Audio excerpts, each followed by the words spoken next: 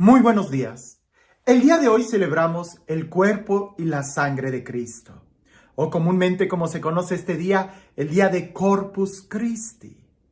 Y este día trae a mi memoria muchas experiencias que he tenido. Indudablemente aquellas procesiones solemnes que se hacía con el Santísimo Sacramento expuesto en las calles de la ciudad. Ver cómo incluso la fe de la gente que salía de las tiendas, de los comercios o de sus casas con un pañuelo blanco, incluso hincándose en el momento en que iba pasando el Santísimo Sacramento. Ver cómo todos los niños vestidos de blanco, incluso algunos niños iban arrojando flores por donde Jesús iba a pasar. Todos los acólitos con los inciensos, las velas, el coro y la procesión que se extendía hasta que la vista ya no alcanzaba a ver entre las calles de la ciudad donde iba pasando esa procesión. Pero, ¿sabes?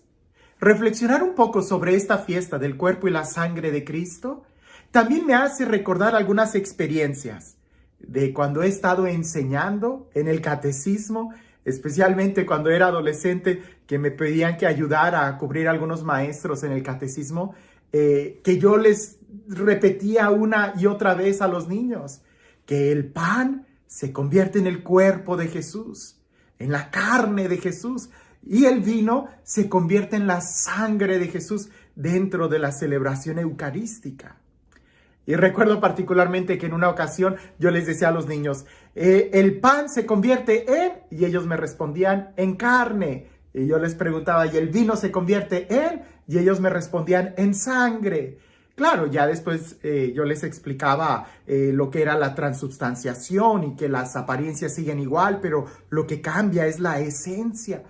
Hasta que una vez un niño levantó la mano y me preguntó, en aquel entonces me dice, pero ¿qué parte de la carne de Jesús se convierte en la hostia?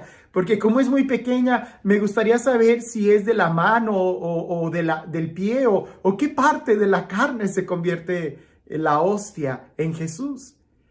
Y yo me empecé a reír y me di cuenta que yo no había sido un buen maestro.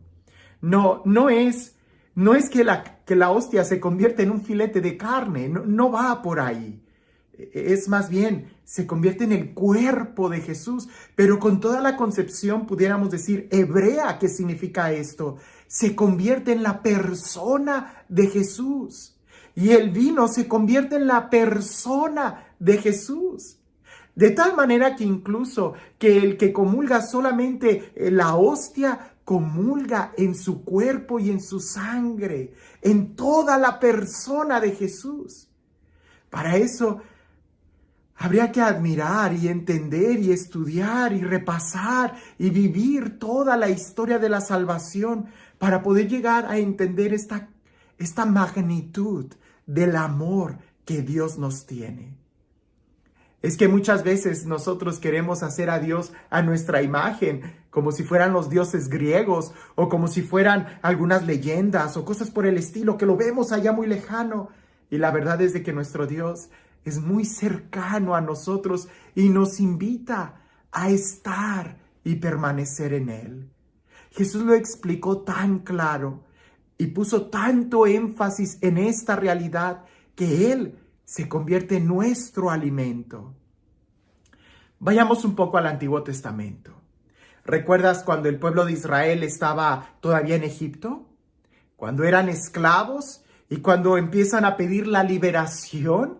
Bien, Dios le manda a Moisés que de una manera muy particular en la noche de la Pascua celebraran una fiesta, una cena muy solemne, en donde iban a tener que escoger un cabrito sin defecto, macho, y lo iban a tener que sacrificar con la sangre, iban a tener que cubrir la puerta, el dintel de las puertas, y iban a tener que consumir, todos comiendo ese cordero, todos juntos. No se tenía que desperdiciar nada. Si la familia era muy pequeña, tenían que juntarse 2, 3 familias, pero no se tenía que desperdiciar nada de ese cordero. Esa fiesta se tenía que hacer con elegancia, bien vestidos, esa cena, porque era la cena de la victoria. Ellos estaban celebrando la liberación. Pero ¿quién celebra una fiesta antes de que suceda. Usualmente tú celebras algo una vez que ya ha sucedido. La fiesta de la graduación es después de la graduación. La fiesta de la boda es después de la boda. Nadie celebra algo antes. Pero en este caso Dios quería que el pueblo celebrara la liberación antes de que ésta sucediera. Porque esa fiesta, esa cena ya era una anticipación, era una participación de lo que iba a suceder. La liberación era un adelantarse a lo que iba a suceder. Ahora, nosotros sabemos que la cena de la Pascua era una sombra, era un signo, un símbolo de la cena verdadera de la Pascua que Jesús va a celebrar. Jesús es el verdadero libertador. Y sabemos nosotros que Jesús es el verdadero Cordero de Dios que quita el pecado del mundo. Así como en aquel entonces el Cordero simbolizaba la liberación, y claro, en los ritos del templo el Cordero era quien asumía la culpa de la persona y el Cordero era el que moría para que la culpa no cayera sobre la persona. Sabemos que los corderos no tenían poder de perdonar pecados porque ellos no asumían nada en su conciencia. Es Jesús quien asume y acepta y recibe en su conciencia y en su libertad el pecado de todos nosotros. Por eso el castigo cae sobre él, morir en la cruz. Pero él, cuando celebra la cena de la Pascua con sus discípulos, y es lo que leemos el Evangelio el día de hoy, cuando él celebra la Pascua con sus discípulos, hace algo diferente. Toma pan y se los da a sus discípulos diciendo: toman y coman todos de él, porque este es mi cuerpo.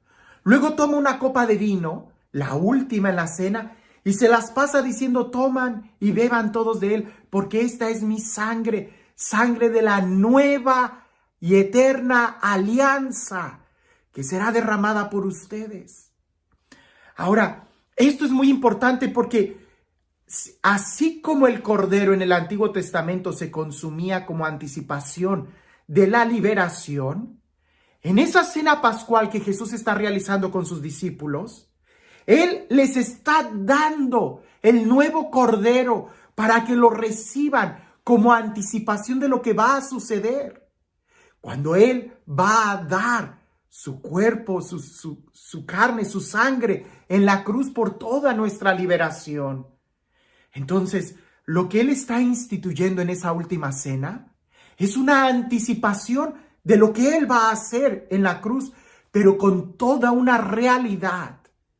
Porque así como la cena del Antiguo Testamento era la realidad de lo que iba a suceder, en esta cena que Jesús les está dando su cuerpo y su sangre, es una realidad para que los discípulos puedan consumir, puedan unirse a lo que Él va a realizar. Si no aceptan esa carne y esa sangre que Él les está dando de manera sacramental, entonces no van a tener parte con lo que Él va a hacer en la cruz.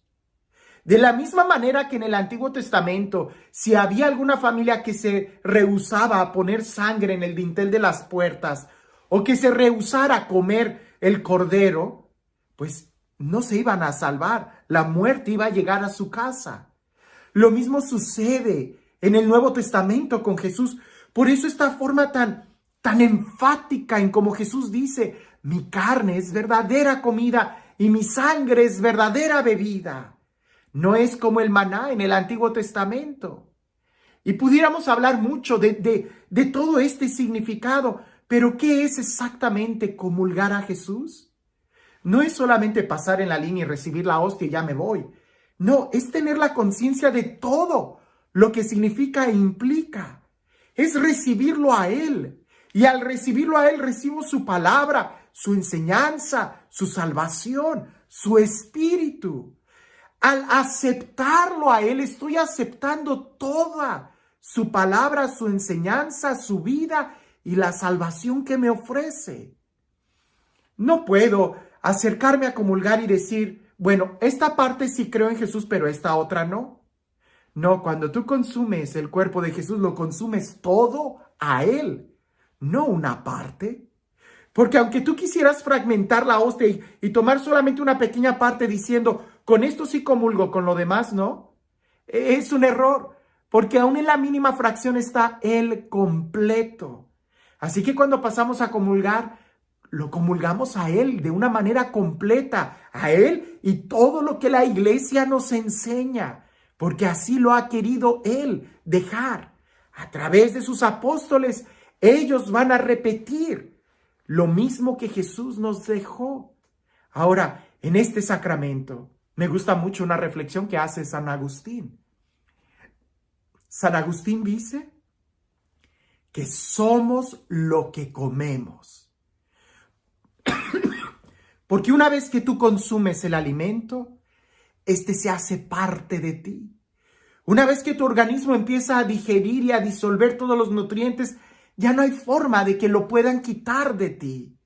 Si fuera solamente algo externo, si fuera solamente algo simbólico, si fuera solamente algo muy superficial, pues fácilmente te lo quitan. Pero si es algo que entra a ti, ya nadie te lo puede quitar. Es parte de ti. En este sacramento, recibir a Jesús como el alimento es tomarlo y hacerlo nuestro y nosotros hacernos Él, porque es toda una transformación.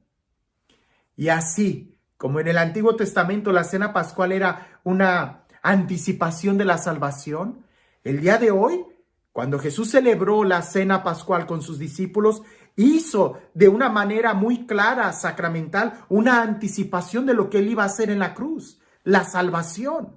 Hoy, además de recibir la salvación, empezamos ya a degustar la vida eterna en el cielo. Pues comulgar con Jesús es comulgar con aquel que está en el cielo. Así que celebrar la fiesta del Corpus Christi es en realidad una oportunidad que tenemos para poder valorar nuestra fe, para poder otra vez doblar nuestras rodillas delante de Él. Y aunque pareciese que es algo absurdo y humillante el hincarnos delante de una hostia, no, es que no nos estamos hincando delante de un ostentorio de metal. Estamos hincándonos delante de este sacramento, que es la presencia del Dios vivo. Y cuando pasamos a recibirlo, lo que estamos comulgando es Él mismo. En este momento es donde valdría la pena detenernos y preguntarnos, ¿qué tanto creo en Jesús? ¿Qué tanto estoy comulgando con Él de una manera completa y plena? Y este Dios, el Dios del amor, el Dios de la vida, el Dios de la paz, el Dios que nos ama hasta el extremo de querer quedarse en una hostia, en un vino, de querer quedarse con nosotros para ser nuestro alimento y nuestro compañero de viaje, que sea Él quien el día de hoy te bendiga, en el nombre del Padre, del Hijo y del Espíritu Santo. Recuerdo una vez a un obispo, ya hace mucho tiempo, que él compartió. Bueno, de hecho yo no lo oí de viva voz de este obispo, pero decían que este obispo hace muchos años, frente a la catedral había una plaza y él salía de las oficinas en su hora de comida y se sentaba ahí para que la gente pasara, lo saludaba y se ponía abajo de un árbol para descansar del trabajo de la oficina y estar accesible a los feligreses. Todos los días él hacía lo mismo. Se acerca un pastor protestante y después de muchos días de conversación, especialmente sobre la Eucaristía, el obispo con mucha elocuencia le explicaba toda la raíz que tiene, la raíz litúrgica, la raíz bíblica, la raíz antropológica, la raíz incluso histórica, los milagros, los hechos, la razón que existe, toda la connotación, todo lo que existe. La Eucaristía es la fuente y la cumbre de la vida cristiana.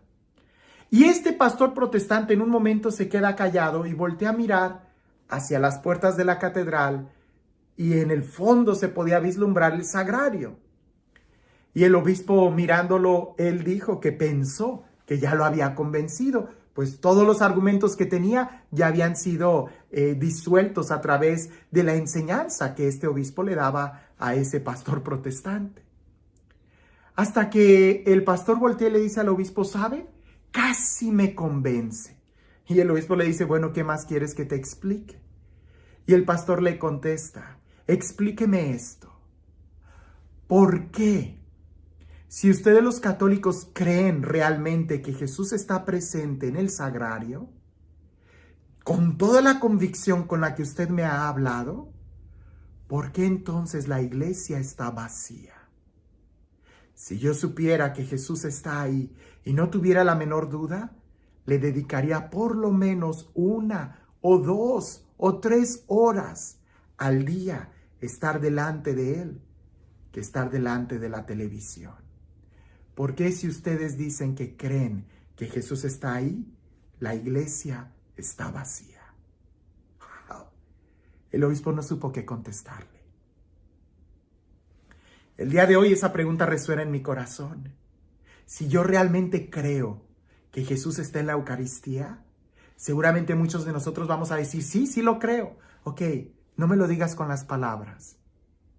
¿Cuánto tiempo pasas delante de Él? Porque es ahí donde nosotros vamos a reconocer que Jesús está presente en la fracción del pan.